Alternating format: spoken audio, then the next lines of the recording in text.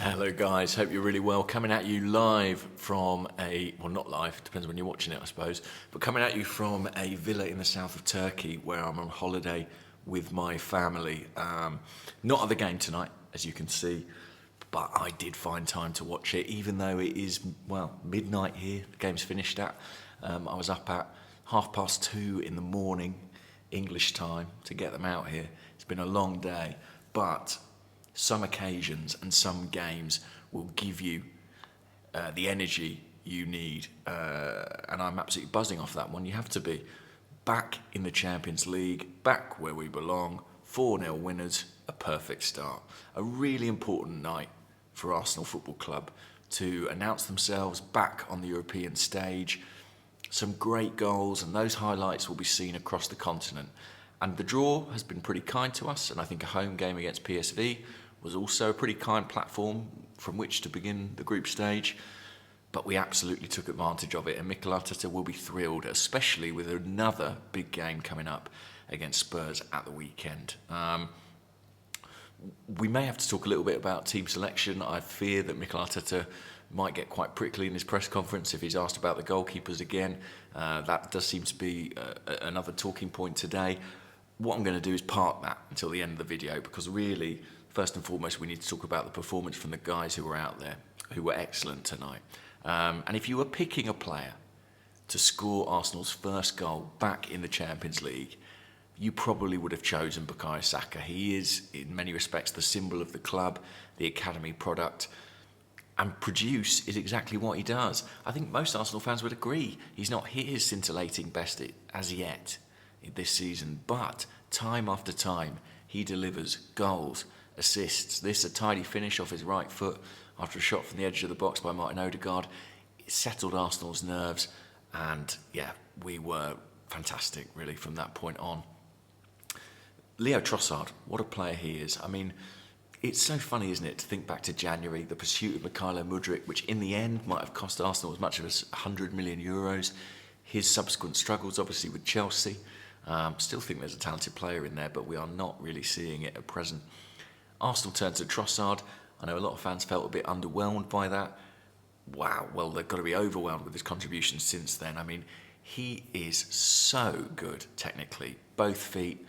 Brilliant finish for his own goal tonight from the edge of the box. Made a really difficult task look so simple, much like at the weekend against Everton. And then his assist for Jesus off his other foot, fantastic as well. You know, he reminds me of the great Arsenal technicians, I have to be honest. He reminds me of guys like, Sami Nasri, Thomas Rosicky, Alex Hleb. He absolutely could have played in those Arsene Wenger teams. He's so intelligent,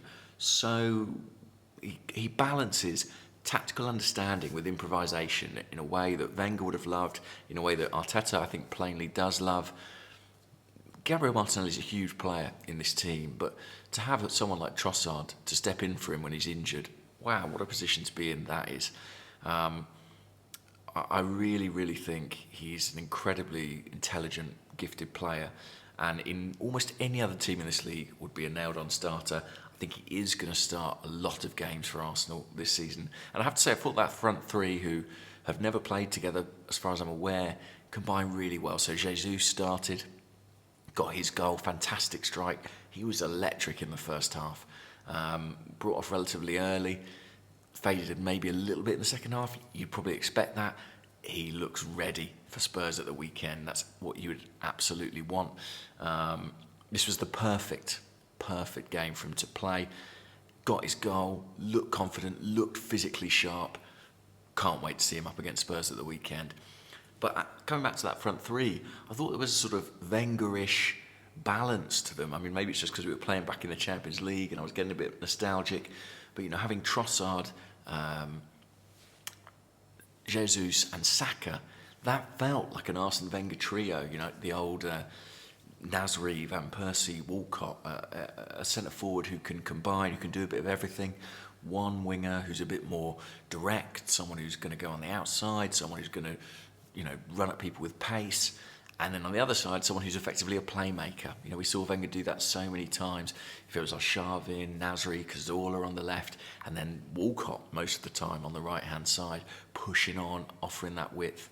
Arsenal played in a similar kind of shape in their attack tonight, and I thought that was very effective. Kai Havertz came into midfield, thought he had a solid performance. Maybe his best in an Arsenal shirt, hard not to. I think in a team that played so well. I think there's this curious thing happening with Havertz where I think he's had a lot of unfair criticism, and then I think consequently a lot of people are keen to defend him, and I think some of the praise that he occasionally receives is a bit over the top as well.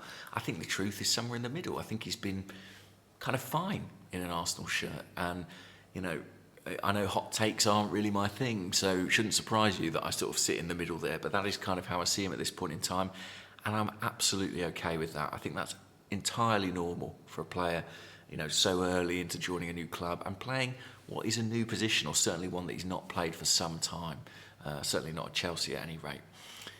What else to say? I thought having Zinchenko back, he shows you what he can do. David Raya played in goal, and I thought he did everything that was asked of him pretty well.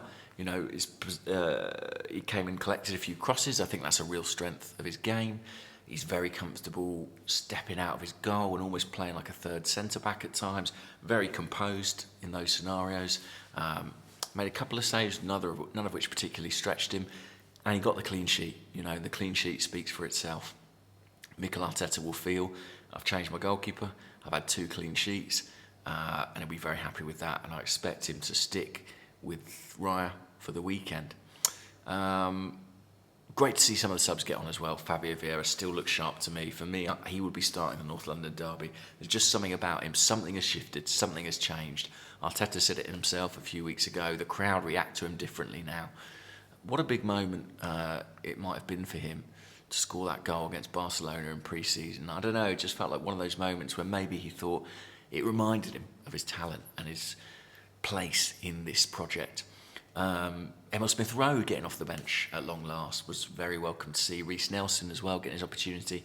Tomiyasu coming on for Zinchenko, 65 minutes on the clock, playing as the inverted left back. Listen, if we're a few goals up, I've been making that change all the time. We've seen Zinchenko's a bit vulnerable sometimes to injury. Well, let's be smart, let's protect him, and let's bring on a player who is very, very capable in his own right. This was a really good night for Mikel Arteta and for Arsenal. Brilliant night for the fans, at least those who weren't getting soaked by the torrential downpour. They weren't reminded, those who were, because this was a feast of football. And Arsenal, so far this season, have not really clicked. They did click tonight. They really did. And it'll be interesting to see what Mikel Arteta sticks with from this game going into the derby. There's a little bit of a head of steam building up now. And if you listen to the last Arscast Extra, after the Everton game, I made quite a bold prediction, which is not like me. But I said I just feel Arsenal are going to win something this season. I don't know if it's going to be the league. I don't know if it's going to be the Champions League. I don't know if it's going to be the FA Cup or the Carabao Cup. But I just firmly believe that Arsenal look like a side who are going to do something this year. There's the combination of technique and physicality is absolutely there. Speaking of technique, no one sort of typifies that better than Martin Odegaard, who just seems to have that capacity at the moment to score at will. Who is doing what he does better than him in world football at the present point in time? Very few people. And Kevin De Bruyne is injured before you say him. I think he is the best at that trick of arriving at the edge of the box and scoring goals. And it's been incredible to watch his transformation from being someone who was obviously very technically gifted but not a goal scorer, or to becoming a regular goal scorer and a scorer of great goals as well. It reminds me of, Arsenal fans won't thank me for saying it, but it reminds me of watching Frank Lampard go through that transition with Chelsea where, he was a decent midfield player, but he realised if I want to be right up there, I need to be contributing big numbers in goals and assists. And I think Arteta and Odegaard have had that conversation, and he has taken that advice on board. And whether he's been practicing on training, whether he's been studying the videos, whether he's just been taking more onus, whether it's been a psychological shift, I don't know. But it has been a shift, and we are reaping the benefits of it right now. And then to speak about the physical side, that triangle of Saliba, Gabriel, and Declan Rice. Beasts, all of them. Monsters, absolute monsters. That one little touch and turn from Saliba in the second half. Oh, I nearly fainted. It was great stuff. So all in all, just a really, really positive night, and Gutted I wasn't there, but very pleased I watched it, and I'll sleep well tonight. I'll tell you that. We'll just touch quickly on the goalkeeper thing, because obviously there was a lot of talk about it pre-game. I've not seen the press conference. Maybe there'll be talk about it post-game as well. I did expect Aaron Ramsdale to play today, and I thought it would have been a fitting reward, really, for his contribution in seeing Arsenal qualify for the Champions League. And I also thought, given everything Mikel Arteta said about rotation and potentially switching up with his goalkeepers, this was obviously an apt opportunity to do it. Notably, he didn't bring Aaron Ramsdale on as one of his 5 substitutes, despite some of the things he said earlier this week. I didn't expect him to be fair, but I thought Ramsdale might start this one. I think the fact that he didn't is quite telling. I think that although Mikel Arteta has talked about rotating his goalkeepers, I don't know if he ever will truly rotate in terms of one game on, one game off. I think he'll be giving goalkeepers runs of games, and I think there will, in time, be a clear number one. At the moment, David Raya is the favourite. He's the man who's taken possession of the shirt, and he's kept 2 clean sheets in 2 games. I know a lot of Arsenal fans were a bit disappointed not to see Ramsdale get a game tonight, and I think there's an element of sentimentality that people are accused of around Aaron Ramsdale. What I would say is, it's not entirely sentimental. He's a very good goalkeeper, but also it's entirely natural that fans should feel an affinity for a player who's, performed very well at Arsenal and become part of the furniture. And I think we shouldn't discount Arsenal fans' feelings about that. But I guess that's something Mikel Arteta has to absolutely put aside. He is a ruthless man, and I think he is prepared to be ruthless if he thinks it's what's best for the team. He picks the best 11 that he sees fit for every game. In the last 2 games, that has involved David Raya and not involved Aaron Ramsdale. As soon as David Raya signed, I said this would be a subplot that would run through the season. I think that is still going to be the case. I think we're going to hear more and more talk about this, maybe until, it becomes absolutely apparent that there is a number one.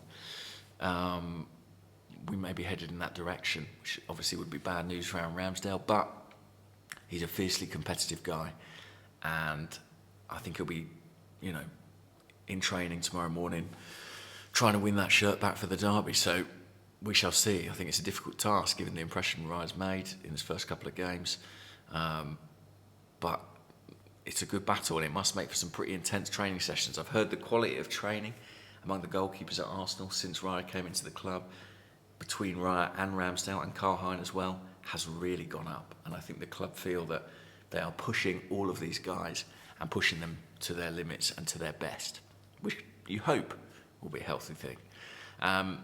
Fantastic night for Arsenal, and a brilliant way to start the Champions League campaign.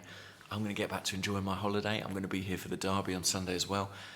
I hope I'll be speaking to you after that. If it goes really badly, maybe I won't. We'll see. I might just get back on the cocktails. Take care, guys, and I'll speak to you all soon. Bye-bye.